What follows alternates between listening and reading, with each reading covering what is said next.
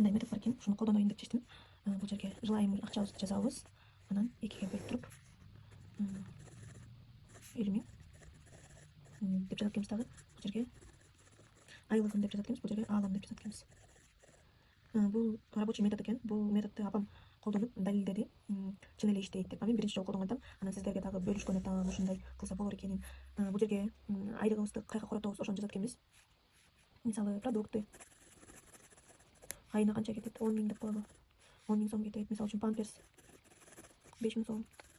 Ушинтип жазып чыгат экенбиз дагы. Бул жерге болсо бул такси, автобус, каша, детский каша. Анан бул жердеги суммабыз 50 миңге туура келиш керек экен. 50 миңге толтуруп чыгыш керек экен. Анткени мээбизди ишендиришибиз керек экен. Сен айына 50 миң сом жок кыласың депчи. Бирок бул фактически уже таап жүргөн айлыгыңыз болуш керек. Балким 40 миң болушу мүмкүн, балким 50 миң, 60 миң болушу мүмкүн. Өзүңүздүкүнө туура айткенсиз. Бул жерге алгыбыз келип жүргөн нерсе. Мен мисалы үчүн ноутбук алгым келип атат. Ноутбук примерно бир 60 миң болсо 3 айга бөлүп жазат экенбиз. Бул апрель, март, май, июнь дегенге дагы 2 бөлүп жазабыз дагы. Мисалы бул жерге 20 миң дейбиз. 60 миң болсо 20 миңден 3кө бөлүп чыгабыз. Анан алгыбыз келген косметика. Эмне бар? Кийим алгыбыз келет.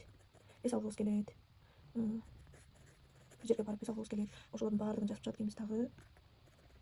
Анан бул жер дагы 50 миңге туура келиш керек экен. Мен ушуну колдонуп иштейби иштебейби өзүм текшергим келип атат.